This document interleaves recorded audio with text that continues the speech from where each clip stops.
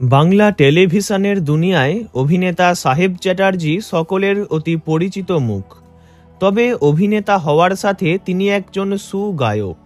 তাঁর অভিনয়ের সাথে কণ্ঠের গানও মুগ্ধ করেছে সকলকে। কিন্তু বর্তমানে গুরুতর অসুস্থ হয়ে পড়েছেন তিনি, আর সেজন্যই ২৬ ও ২৮শে ডিসেম্বর এই ২ দিনের লাইভ অনুষ্ঠান তাঁকে বাতিল করতে হয়েছে।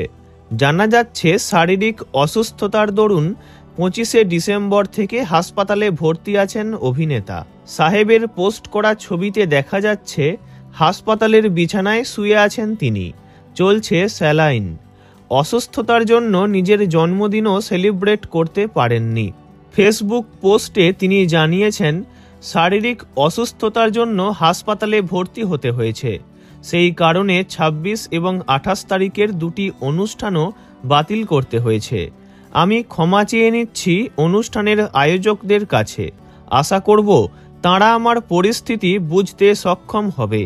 এমনকি যারা আমাকে জন্মদিনের শুভেচ্ছা জানিয়েছেন তাঁদের উত্তর দিতে পারিনি। এটা আমার ৪৮তম জন্মদিন। এই প্রথম জন্মদিনে মা, স্ত্রী, সন্তানদের থেকে আলাদা রয়েছি। এমনকি যে ২৮ জন প্রতিবেশীরা আমাকে শুভেচ্ছা জানায় প্রতি বছর, তাঁদের ধন্যবাদ জানাই। এমন মানুষগুলো পাশে থাকায় আমি নিজেকে সত্যি খুব ভাগ্যবান মনে করি। কি হয়েছে অভিনেতার? সাহেব জানান, নতুন ছবির শুটিং শেষ করে কলকাতা ফিরতেই হঠাৎ গলা ব্যথা শুরু হয়ে যায়, সঙ্গে প্রচণ্ড জ্বর। এতটাই গলা ব্যথা যে ঢোক গিলতে পারছিলাম না। সব সময় মনে হচ্ছিল গলার কাছে কি যেন একটা আটকে রয়েছে। তাই আর দেরি না করে হাসপাতালে ভর্তি হয়ে গেলাম। তবে এখন আগের থেকে একটু ভালো আছি।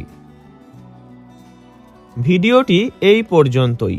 বিনোদন জগতের সব রকম খবরাখবর জানতে চ্যানেলটি অবশ্যই সাবস্ক্রাইব করবেন।